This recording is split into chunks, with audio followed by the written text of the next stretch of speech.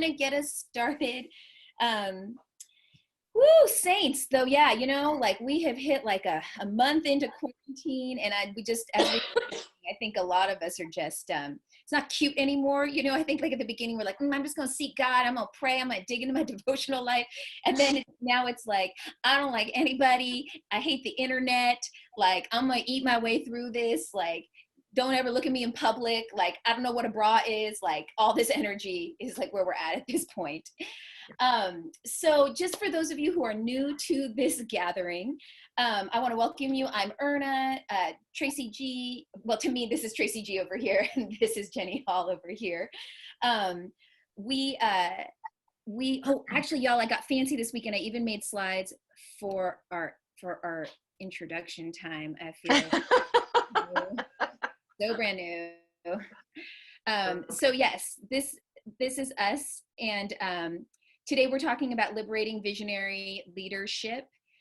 We are, in case you're wondering like who this squad is, we kind of came together, created this space called Women Leading. And our purpose, our vision is to build community at the intersection of intuition, liberated theology, and honoring our authentic self. We've also been friends for a lot of decades, so also just being good friends. Ooh, let's show them our friendship bracelet. Yes! So Tracy was so sweet, and I lost us. She gifted us all. She mailed us these plants so that we could all have like the same plant together in our house. She said it's like adult friendship bracelets for us all to. So, and then, so that is what us, and then we're in the midst of this multi-week series, which is looking at different archetypes of leadership. And so last week we talked about the artist. It's not a fern, I don't know what it is. Tracy knows, she can type it in. We talked about artist as leader, and this week we're gonna take the term visionary leader and do some work with that. So Jenny's gonna kick us off, and just the way we kind of hold these times is, we do a little bit of content. So Jenny will do some talking around what are these archetypes. I'll do a little critiquing from the Christian context. Tracy's going to do some, so each of us comes at this from, I'm not going to do that today, but Tracy's going to come at it from her leadership coaching angle. And then Jenny's going to come back and give us a little bit more around archetypes. So we try to end around like 4:35 or so with a closing image. And then if you need to bounce, you can bounce. And then after that, if you want to stick around for conversation that's more like free flowing, you can stick around. So that is us. And I'm going to kick it over to Jenny to give us a little like review of the archetype framework, and then a little bit, another layer around understanding how archetypes work. You're muted, my love. Okay, I know I'm the technological boomer. We can just say it. I don't know things, but I do know stick figures. Here we go. So, whoops, one fell, but he's okay though. So archetypes, in all seriousness, are patterns of behavior that have existed throughout the millennia and over all different kinds of cultures. So I just decided to create two kind of blank slates, and they're only white because I had white pipe cleaners. There's no color necessarily, ethnicity, race associated with them. But I just wanted to demonstrate what a pattern of behavior could be. So let's say back in caveman days, someone dies. Oh no, they got attacked by I almost said a triceratops. This person feels grief. Oh, woe is me, I feel grief. That is a pattern that starts getting passed on. Animals feel it as well. It's a pattern of behavior. Grief is an archetype. There's archetypal grief. So one other thing that could happen is this person dies. We're just going to stick with the triceratops because it's dumb. This person left. They feel like, I don't want to experience grief. No. So instead, they go and run from the grief and they escape. So escape is another archetype. Escaping is an archetypal pattern in humans. I'll just leave it at that, unless that's confusing and someone needs to raise their hand. So it's a pattern of behavior that gets repeated. So we've been talking about healer archetype. I'm like Mr. Rogers today, like on speed. We have healer archetype. This is actually the motto, the symbol, the logo for the World Health Organization that has been leading us. I'm not going to say more about that because I'll get on a rant. But they have a snake, which actually, archetypally speaking, has been a symbol for wisdom and healing. And then they have the rod, which has been an archetypal symbol for leadership, for authority. So there we have it. Archetype of healer. That's what we talked about the first time. Last week we talked about the archetype of artist. I made this little guy. And then this week we're talking about visionary leadership. This is a book that I create if you want to talk about how to repurpose a book. That's a fun thing too. But this is, for me, when I think of visionary leadership, this is what comes to mind. So those are examples of archetypes. We talked about also how the different archetypes interact with each other. So a person is never just one kind of archetype. They live within community with one another. And sometimes you might need to lead more with the healer that exists within you. Sometimes you might lead more with the artist. Sometimes they're working in tandem. So that's the super nutshell. You can review from the last 2 weeks and look at those videos if you want a more slow version of that. But the other concept I want to introduce is this concept of duality. I didn't make these. This is by an artist named Deborah Goff, I think. So every archetype, whether it's artist, whether it's visionary, whether it's healer, every single archetype has a duality to it. There's a light side and there's a shadow side. Every archetype. And let's just say, so does every human. Every human has a light side, whether we like it or not, and we have a shadow side. I think particularly in Christian circles, we're more comfortable with the light side. We don't like to look at our shadows, but we need to look at the shadow in order to understand what it means to be a whole person and invite more light in. So for example, when we're talking about visionary leadership today, every single way that we talk about visionary leadership is going to have a light aspect to it that's beautiful and powerful and we need it in the world. And every aspect of visionary leadership is also going to have a shadow side to it, every single one. So I don't want you to hear this in terms of this is good and this is bad. Visionary leader has light and has shadow. And we're going to be talking about both sides. And I'll just leave it at that. Awesome. Thanks, Jenny. I love that. Nick particularly loved your use of props and feels that that's been something missing in his Zoom experience. Good. So yeah, I appreciate that. And I think one thing you said in one of our earlier weeks is that it's when things get out of balance, that's where we begin to see so much toxicity. And I would say in Christian spaces, we're deeply out of balance in our understanding of leadership. And we're deeply out of balance, and particularly in terms of how we apply this term of a visionary leader. And so I'm going to talk a little bit about that. And then, you know, if you resonate with any of these dynamics, I really like the little like reactions that Zoom is like giving us now. So if you've experienced any of these.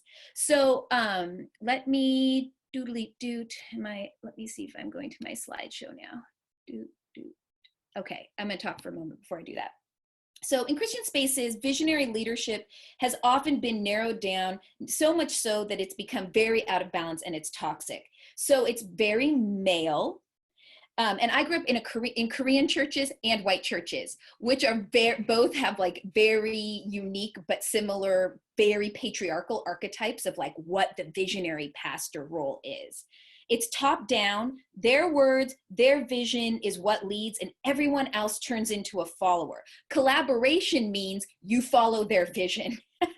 They have a plan, and the plan is always more people converted, more sites, more geography. And even though it gets presented like a brand new idea, like, oh my God, I have this like visionary idea that no Christian man has ever thought of before. It's that we should convert more people and expand to more sites. But somehow the same thing becomes presented as if it's like a brand new idea.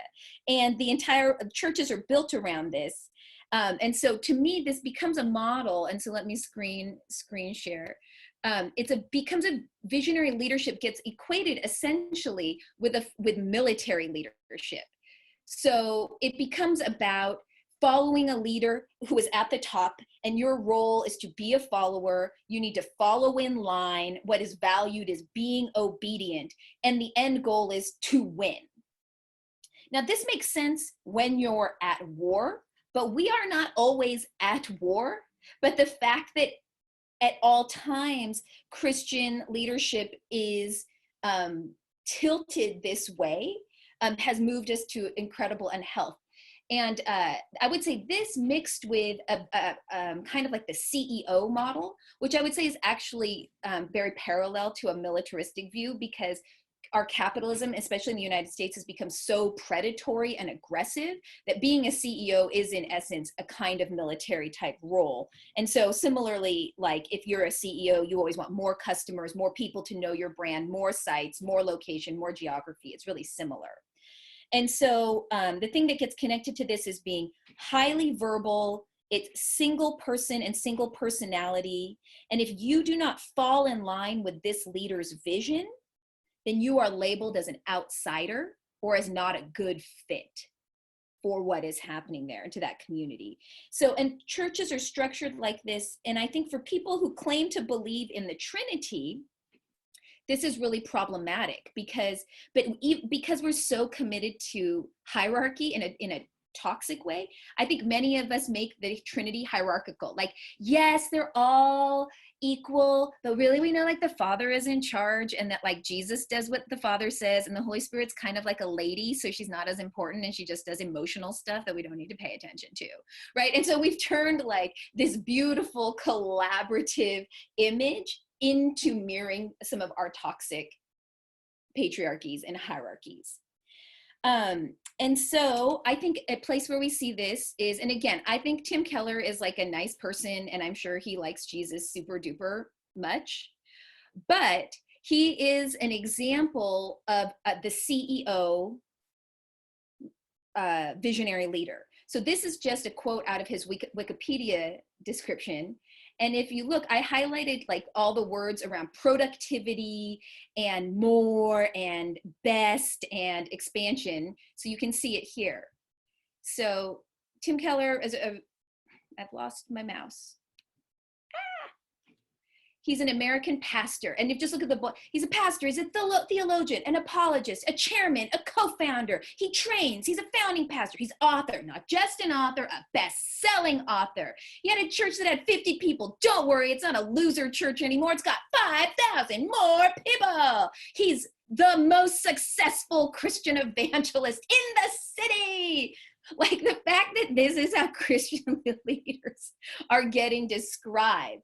And then anyone who wants to come in and be a part of influencing feels like this is what it must mean. And it is a type of, the box is so productivity oriented, so colonial in its expansionist mentality, so locked in certain patriarchal white archetypes that I think many of us self-select out. And that's actually where I want to pause and pass it to Tracy, who's going to talk about the impact of why this box makes us self-select out. So I'm going to stop my share and pass it over to Tracy. But before I do that, just give me a thumbs up if you have seen any of these dynamics that I'm talking about. Yes. Awesome. All right, Trey, I kick it over to you. Yes, absolutely. And I find this framework and this analysis so helpful because I had like a 2 or 3 month period where I had, no joke, like a dozen conversations with different leaders. And it would always go like this, often women, and they would describe this amazing leadership. Yes. Awesome. All right, Trey, I kick it over to you. Yes, absolutely. And I find this framework and this analysis so helpful because I had like a 2 or 3 month period where I had, no joke, like a dozen conversations with different leaders. And it would always go like this, often women, and they would describe this amazing leadership experience that they had had. And then they would finish it by saying, but I'm not a visionary leader. Like kind of off the cuff, very flippant, I'm not a visionary leader. And they would just sort of throw that out there. And I just thought that was interesting. That was kind of a repeated thing. Like so many people were saying that. But well, it makes sense because I think that picture of like CEO, like competition based, you know, like think of like Steve Jobs or Mark Zuckerberg, and they're like, that's not me. I don't resonate with that. That's not how I lead. And as we talked, we're like, no, there is a kind of vision that you're having and you're holding and you're leading into. It just doesn't look like that. So that's what I wanted to talk about a little bit. And how, again, it's about balance, because I don't think that any of us would say we don't want to, you know, move things forward or have like outcomes that we care about and like want to work towards, but it's just when those things get out of whack. And I do think it's really problematic if you have like whole groups of people that are self-selecting out and putting that label on themselves and saying to themselves, I'm not a visionary leader. Again, often women, often people of color, and that is disturbing. So I wanted to highlight a couple different kinds of vision and visionary leadership that I think are really needed and really valuable, but again, sometimes discounted, just to highlight our awareness of like where this can grow. And again, just to remember, like visionary vision is just concerned with seeing. So it's just about sight. It's like, what do you see? How are you leading into that? And so there's two types of visionary leader that I want to particularly highlight and give you a few examples of those. And let's see. All right, so I'm going to share screen too, show you some of my examples. Oops. Technical difficulty. So just to say, I think here's a positive example. Don't you just miss him? I miss him so much. I know, right? So I miss you. I just look at pictures. Okay, so again, back to that issue of like duality or balance, like there is a light side to this part of this archetype. So I'm not saying like that kind of inspiring visionary leader is like all bad. I think Barack Obama definitely encompasses that. And you remember his campaign, he was saying like, yes, we can. I think he was giving us a vision of like what is possible and moving us toward that. So a very positive example. So, but here's some other examples of visionary leadership that I think we don't always conceive of, but need to, especially in relation to this crisis. And I think the opening that has for the kind of awareness that we have, the kind of leadership that we need. So one is, the first kind of visionary leadership I want to highlight is the vision for the land. So I think of Randy and Edith Woodley, who are Native leaders, and they are theologians, activists. They have a farm. This is the farm that they just purchased.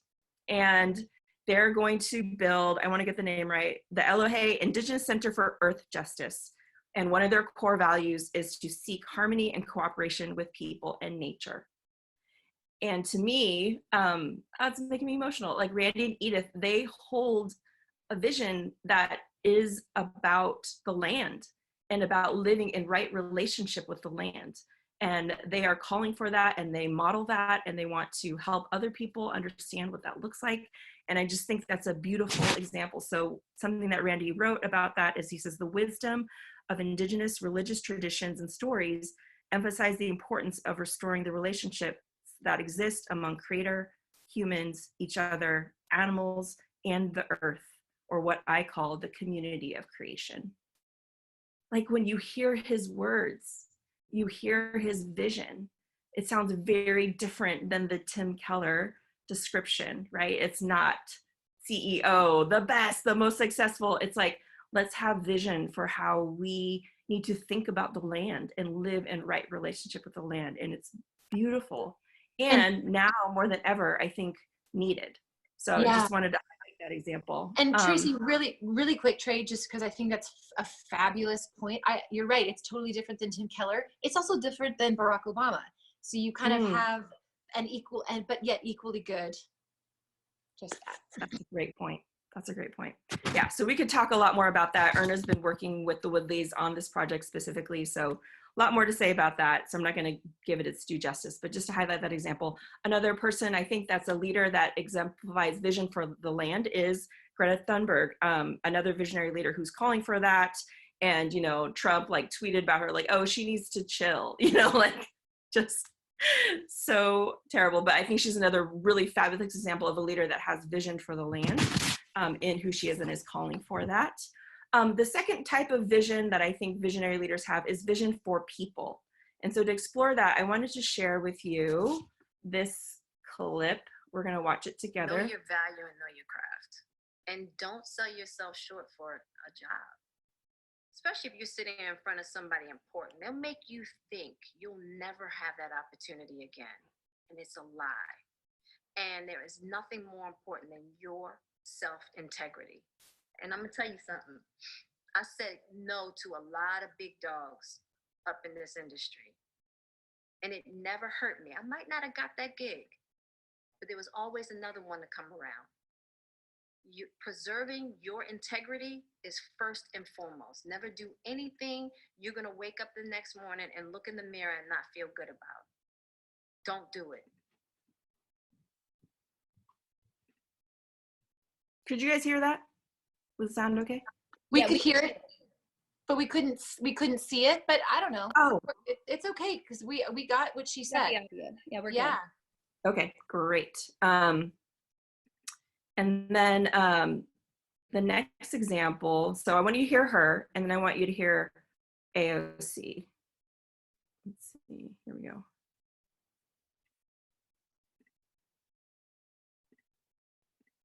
America, and there is everything dignified.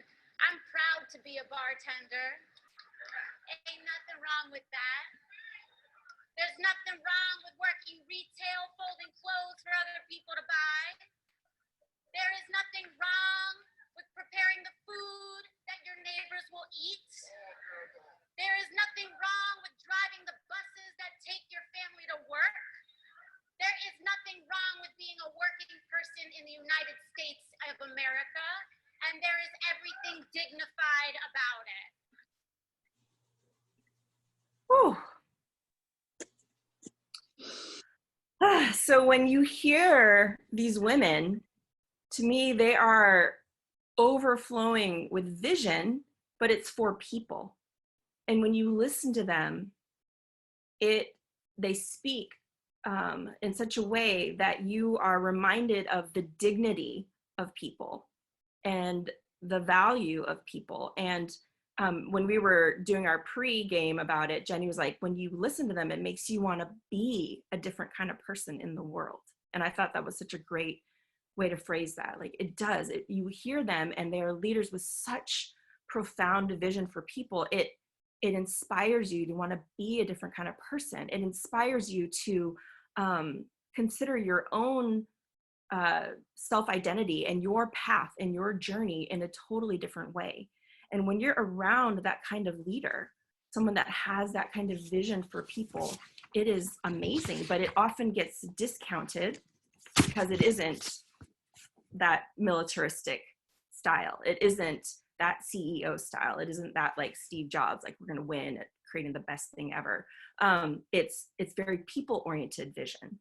But I think that often we don't count that as visionary leader because it doesn't fit the mold that we've all gotten used to. And I also do want to say, I think it's a fallacy to think that you can't think about objectives and people at the same time. Like, I think that's like a weird way that we do the either or thing, very binary. But just to say, the other example I wanted to share was about, that's come up in the news lately, is the article that was talking about, oh, here we go. So it's this article that was talking about these women leaders that are handling the crisis with COVID better than any other countries. So Germany, Taiwan, New Zealand, Iceland, Finland, Norway, Denmark, all women leaders, and their response to the crisis has been some of the best in the world. Like, these are the examples that are getting highlighted. So I think about Tsai Ing-wen. She's the leader of Taiwan. Taiwan's right next door to China, like right next door. And her response to the crisis has led to the fact that with millions of people in their population, they've had 6 deaths total due to COVID. 6 deaths because she acted decisively. She looked at the way they handled past pandemics like SARS. She studied that and she was ready to go. They've had 6 deaths only in their whole country. And this article is fascinating, just looking at all these different examples of these women. And I would say that they embody, or they sort of counter that narrative that you can't care about objectives and people at the same time. A sub part of this article that I really loved was highlighting, her name is also Erna Solberg. She's the Prime Minister of Norway. And she held a press conference for children only because she wanted to address their questions. Like, is it okay for me to have a birthday party? Like, can I still visit my grandparents? And she had a press conference that was just for them to address their concerns. And this is part of what she said to them. And I won't show you that clip because none of us probably speaks Norwegian. But she said, it's okay to be scared when so many things are happening at the same time. By being home, you are helping other people not be contaminated and get sick. It's important for those who already have a disease or who are very old. And the empathy that she was leading with is so striking. Like the fact that a world leader is acting decisively and also caring for the people that she's in charge of leading in that way, I think is such a beautiful example that we're getting to take in right now of how to lead as a visionary leader, but again, vision for people included as a part of that. So that kind of empathy and caring and people-centered vision, I think, is something that I just really wanted to show us some examples of to consider together. Was valuable. And as I listened to you talk about that leader, I felt like children are valuable. And as I listened to like Jada Pinkett Smith, I felt like my inner voice is valuable, which is really different than listening to a leader that is trying to make you feel like they are valuable and like you should be following them. So I think to me, what I see is the pivot in this version of visionary leadership isn't about the vision is towards themselves, but like their leadership makes you value and have deeper empathy towards, creation, people, yourself. And so, yeah, I think I agree with Jenny. Maybe we just need to absorb that. Yeah. I have a closing image because I like us closing, but I think we should save the closing image we had in mind for next week. But I have this, which I'm trying to get my own face out of the way. So you can see what you want to see in it. But there's a woman or a person, it's actually pretty gender neutral, kind of holding something that almost looks like they're pregnant. And I think that is another way to kind of talk about both of those things, that a vision can be a holding space. So is that okay, Erna, if we just take a couple breaths with that image? Absolutely. Yeah, just hold it like how you were. I think that would be beautiful. Just pull back a tiny hair. There it is. That's great. And maybe just some deep breaths. So a deep breath in, friends. And hold it at the top just for a moment. And then exhale it out. Hold it at the bottom. Just maybe 3 breaths, just like that.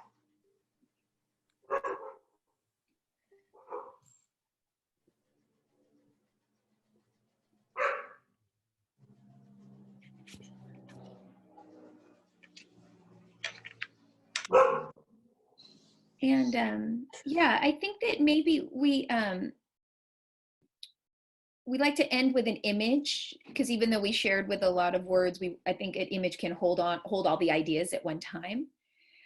So we want to just off of that say, we're grateful for you to have joined us. We're grateful for you to have shared your heart and space with us. And if you need to go, we totally understand that. We try to keep it at right about 30 minutes or so. If you want to hang out with us, you can, because now we sort of like get a little less structured and talk.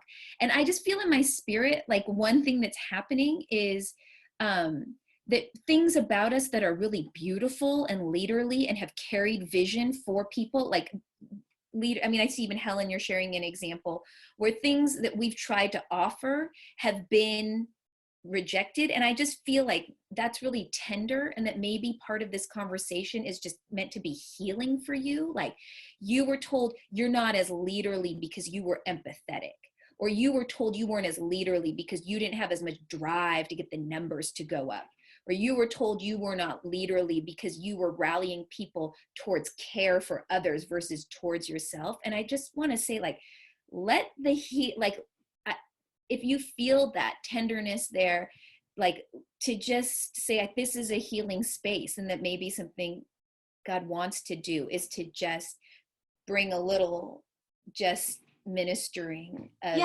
the scene. Absolutely. Absolutely. I love that. And also connected to what Tracy was saying about vision being, you see, just Tracy and me and Erna, we see you. We see you. We see you. And we value what you bring. We value the different kind of visionary leadership, and we need it. I mean, that's the whole reason we want to create this space, is because we know you're getting so much other messaging elsewhere. And we just want to create a space where, like, but in the midst of all that bombarding, what you bring actually is not only valuable, but needful. It's desperately needed on this earth right now. And so just wanted to create, like, even if this little Zoom call could be a little version of the womb image that Jenny should put that image up again, Jenny, because it's so, I know, I'm looking forward. I got lost amidst other images. I just want to say, too many. It has always been needed, but I think part of what's going to come out of the pandemic is that I think there's going to be an awakening to the fact that that is needful and be more welcomed and received, or at least I hope for that and pray for that. So yeah, if you need to go, we love you. We're super glad you're here. And if you want to hang out, we love if you want to throw into the chat, like, what are you feeling? What are you connecting with? Even it seems like it's just helpful, like messages that you have received about your leadership and how it's been disparaged. And we just want to, Jenny's pulled the image up again if you want to just look at that. But yeah, we want to hear, feel free to like share some more in there, or if you have things that you'd like us to address more as we're talking about this. But now we're sort of in the less structured portion of our chat. Plus, I think personally, Lenore will just hate me for saying this, but Lenore, who's on the call, I think Lenore is one of my favorite visionary leaders. I just think Lenore is one of the dopest people. She spoke for the Liberated Together cohort, and I think she's just, she's like, she's a storyteller. She is like a learner. She shares her, she's sharing things about her own Lakota culture and story, but then when people are like, not quite, she's like a storyteller / like ass kicker in just the best way. And to me, I mean, she is a great model to me of somebody who it just embodies a different way of leading and being and sharing her culture. So Lenore's rock star. So I think it's that she's on the call. Well, you know what I was thinking of when you guys were talking about the different styles of leadership was, in Indigenous culture, you don't age out of leadership. I mean, I think you just die. So, my auntie, I mean, she's the elder, and she is constantly leading at the front lines for protecting the earth, Faith Spotted Eagle. And so I've been reading about the 13 Indigenous Grandmothers. Yeah, yes. A leadership that is not accepted in Western culture. I mean, they if a woman gets into leadership or is recognized in leadership, then she would age out in the Western culture. But that's not true in Indigenous culture. In fact, I think one thing that the pandemic is teaching us is how much we really are related. I mean, that's Lakota spirituality, is that we are so related, and now we see how the bad ways that can take us down because we are so related. We're related to earth, even elements. creation. So I think it's just really interesting. I was just reading about the grandmothers who were saying that because we're related to the elements, then we have the capacity to not only be affected in a bad way, but we can also turn around and heal those same elements. So I just thank you anyway. I really appreciate what you're doing. Yeah, no, love it. Thanks for sharing your thoughts on it. You said, you made a reference, you said 13 Indigenous grandmothers. Grandmother. It's a global group. Oh, okay. All right. I hadn't heard of that before, so I will listen. Oh, we'll look them up.